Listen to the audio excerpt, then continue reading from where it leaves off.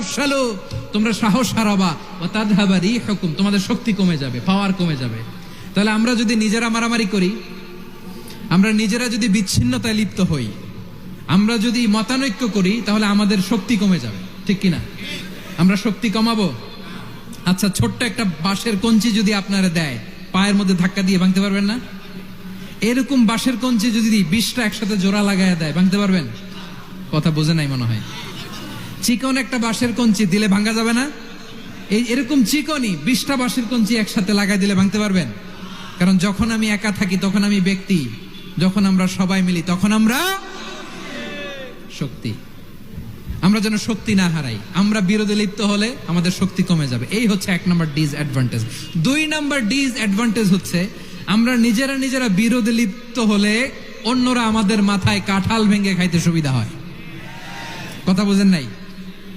আমরা যদি বিরোধে লিপ্ত হই তাহলে পরাশক্তিগুলোর সুবিধা, তখন আমাদের কাউকে দিতে হবে ট্রানজিট, কাউকে দিতে হবে সেন্ট মার্টিন, কাউকে দিতে হবে দেশের অর্ধেক। চিল্লায় বলো ঠিক কিনা?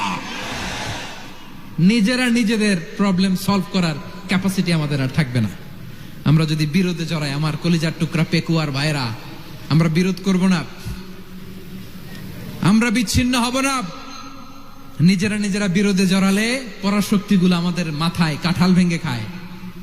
তখন ভারতের পিছনে দৌড়াতে দৌড়াতে, আমেরিকার পিছনে দৌড়াতে দৌড়াতে আমাদের জুতার তলা ক্ষয় হইয়া যাইবে। নিজেরা নিজেদের প্রবলেম সলভ করা যাবে না। আমরা যদি অন্যের পিছনে না দৌড়াতাম আর এই বিরোধকে থামাতে পারতাম, বাংলাদেশ আজকে যেখানে আছে তার কমপক্ষে 50 গুণ সামনে থাকতো। চিল্লায় বলেন ঠিক কিনা?